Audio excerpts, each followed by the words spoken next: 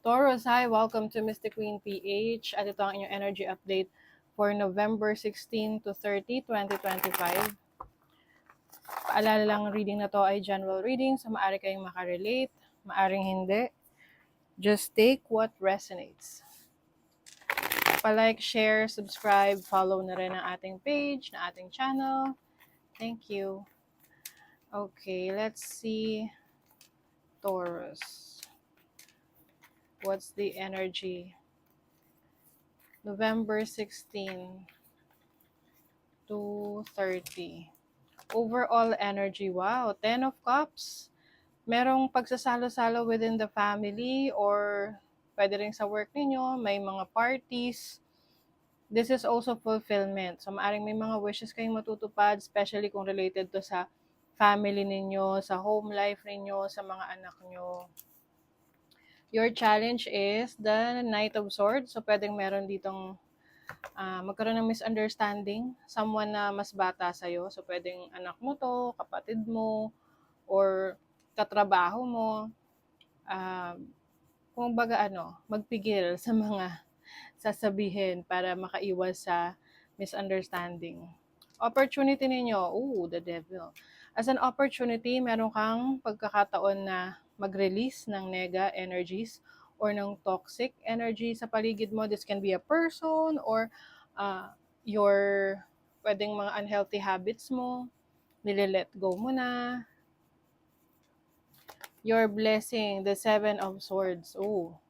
Merong revelation dito ng isang tao na merong hindi magandang intention sa inyo. Malalaman mo na kung sino to. Bottom of the deck, the Seven of Cups, Four of Swords. May kalituhan dito, no? So, maaring yung iba sa inyo, meron kayong mga pagdedesisyon na ginagawa. Kaya lang hindi nyo alam kung alin doon yung pipiliin niyo kasi ang daming choices, ang daming options.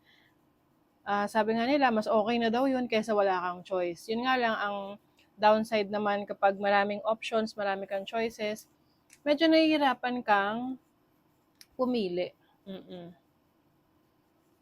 At saka mag-ingat sa mga nagbibigay ng payo sa'yo, especially mga taong malalapit sa'yo, talagang kilala mo. You have to make sure na talagang sila, faithful sa'yo or loyal sa'yo. Kasi I sense someone here na merong ibibigay na payo sa'yo or yun nga advice. Pero yung advice na yun ay hindi makakabuti sa'yo. So, pay attention to that. You have the Four of Swords, so you are healing from your past. Maaring healing from financial issues before, financial struggle. Mas ka ngayon, hopeful, no?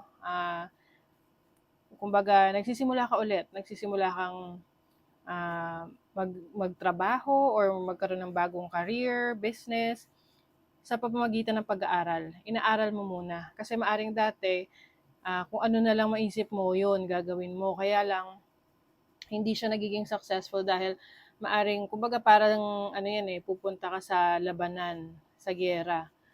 Hindi ka naman pala handa, 'di ba? So, mas maganda ngayon na pinaghahandaan mo. You have the High Priestess and the Six of Cups. Yung iba sa inyo, meron kayong napapanagiripan na person from the past. Maaring meron tong pinapahiwatig sa inyo, lalo na kung hindi naman ninyo naaalala yung taong yun, hindi nyo iniisip, pero napapanaginipan nyo siya. Definitely that person ay iniisip ka, naaalala ka, gusto kang kausapin, gusto mag-reach out sa'yo. Pwede kasing, Eight of Cups. Pwede kasing hindi naging maganda yung separation ninyo. Pwedeng sa kaibigan to, sa family member, or romantic partner. So, parang nagkakaroon dito meron ditong tao na nakukonsensya siya sa nagawa niya or may mga pagsisisi siya.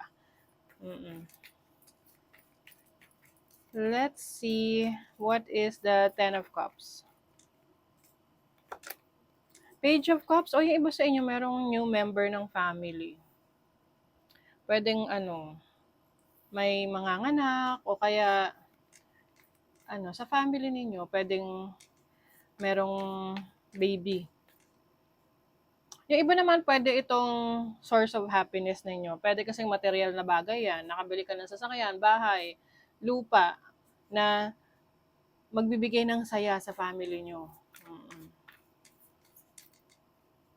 And I also see a recognition. No? Recognition sa isang family member na very creative, artistic, talented, ganon. Nine of Wands, ayan. So, may mga times kasi Taurus na hindi nyo ganun ka na-express yung sarili ninyo. Tapos kapag na-trigger kayo, doon kayo sumasabog. Kumbaga doon kayo naglalabas ng mga sama ng loob ninyo. Kaya lang minsan na may misinterpret yan ng iba. So, kapag meron ka talagang kailangan i-address na may kailangan kang kausapin, sabihin mo. Oo. Huwag yung itatago mo na itatago hanggang sa ano yan, mag-pile up, tapos pag na-trigger ka, ayun, pwedeng magresulta sa away, misunderstanding, miscommunication, na meron ka palang sama ng loob sa isang tao, pero hindi niya alam, akala niya okay lang, tapos biglang may nasabi siya na hindi mo gusto, biglang sumabog ka na lang kasi yung mga sama ng loob mo sa kanya a few months ago, i-bring up mo, tapos pwedeng magkaroon ng issue. At sabihin na, ba't hindi mo sinabi? Dapat ganun. Alam mo yun. Diba? What is the devil? Justice. Oh, Taurus.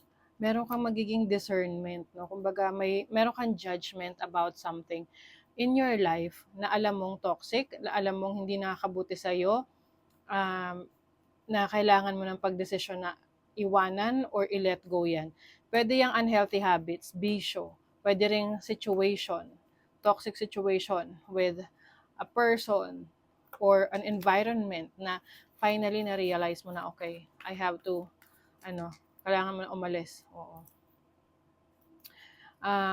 What is the Seven of Swords? Oh, di ba sabi ko sa inyo, merong person from the past. Nako, mag-ingat dito sa person from the past na bumabalik ha, kasi baka yung intention nito hindi maganda. Pero ang blessing kasi dyan is at least malalaman mo kung ano yung intention niya. Hindi yung malalaman mo na lang na hindi pala maganda yung intention if the damage has been done. Okay? So be more vigilant. Okay? Ayan. So tingnan natin sa kaperahan. Money, career, finances. For Taurus. You have the King of Swords. May mga plano, pinag-aaralan ka kung paano mo ma-achieve yung success na yan. Alam niyo, pagdating sa trabaho, career, business, magiging successful kayo the moment na aralin nyo yung inyong proyekto, yung mga gagawin nyo. Let's say, may papasukan kang trabaho, mag-a-apply ka pa lang. Siyempre, kung ano man yung ina-applyan mong posisyon, aralin mo yun kung ano yun. Ano kailangan doon para ma-ace mo yung yung interview at makapasa ka at makuha ka, ma-hire ka. Pagdating naman sa business, kung magnenegosyo ka, make sure na pinag-isipan mong maigi kasi marireap mo yung rewards na yan. Magiging successful ka dyan.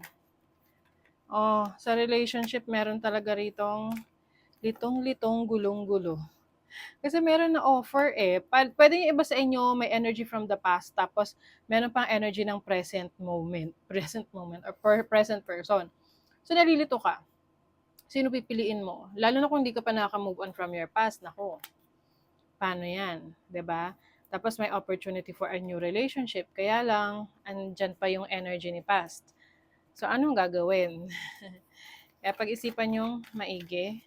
Use your discernment, connect to your instinct, your intuition. Uy, pinag-iingat talaga kayo, caution.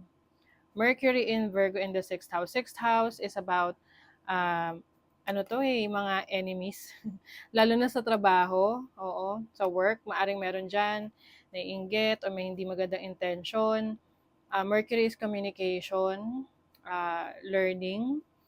So, maaring meron dyan na hihingi ng it's either advice or magpapaturo sa'yo, pero yung pala, kakalabanin ka niya. Yung mga ganun. So, be careful. You have Moon in Scorpio in the 8th house. This is very powerful. Yung iba sa inyo talaga, parang I feel like meron kang kailangang i-close na chapter sa buhay mo, especially sa relationship. Oh my God. Hindi ko pwede pakita to kasi medyo, ano siya, graphic. So, meron ditong revenge. This is Mars in Scorpio in the 8th house. Alam nyo, ito yung sinasabi ko sa inyo, pag-ingatan nyo. Ha? Taurus. Kasi, meron dito na babalik sa buhay mo na akala mo ay maganda yung intensyon pero gusto pala maghigante. You have the Imam Kweli root. This is your family. Focus on your, alam mo, mag-focus ka sa family saka sa career mo, trabaho. Mas okay na doon ka mag-focus. Lalo na kung walang partner or relationship. Ayan, no? Having the peace of mind. Just because some people are fueled by drama doesn't mean you have to attend the performance. Make your life a drama-free zone. Yes, drama-free zone. Tanggalin mo na yung mga toxic na tao sa buhay mo at mag-focus ka sa goals mo kasi ma-achieve mo yan. Sa tulong na rin ng family mo at ng mga taong sumusuporta sa'yo. So that is your reading, Taurus. Thank you so much. See you again.